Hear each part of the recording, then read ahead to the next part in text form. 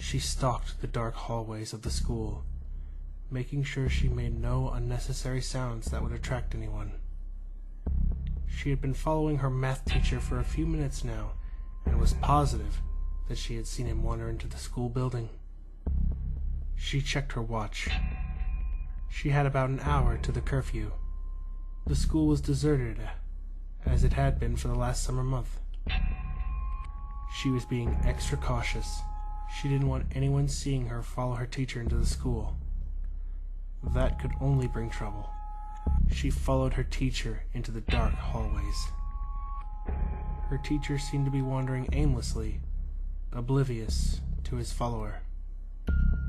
She waited for him to move into someplace quieter so she could make her move. Finally, her teacher stopped in front of the bathroom, probably intrigued by the sound of the rumbling pipes, and slowly made his way inside. Perfect, she muttered to herself as she reached around for her pink backpack and withdrew a bloodied, solid lead pipe from within and made her way into the bathroom. She carefully closed the bathroom door behind her and ever so softly turned the lock. The soft clink of the lock made her teacher turn around to face her.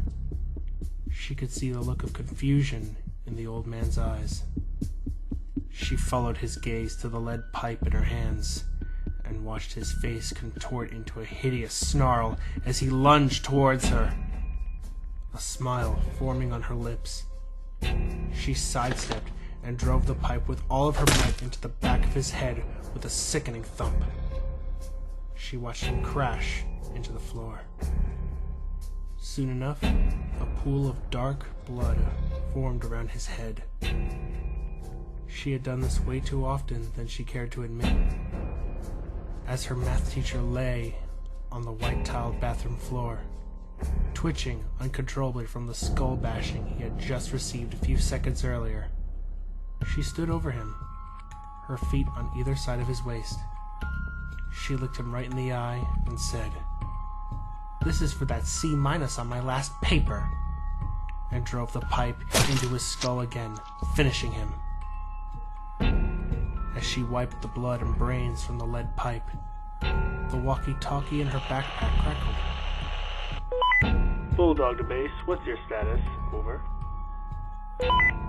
Base, this is Bulldog. The school is clear. I repeat, the school is clear. Returning to base now. Over and out. As she made her way out of the bathroom, she glanced towards the corpse of her math teacher and muttered to herself, "Man, this zombie apocalypse is stressful."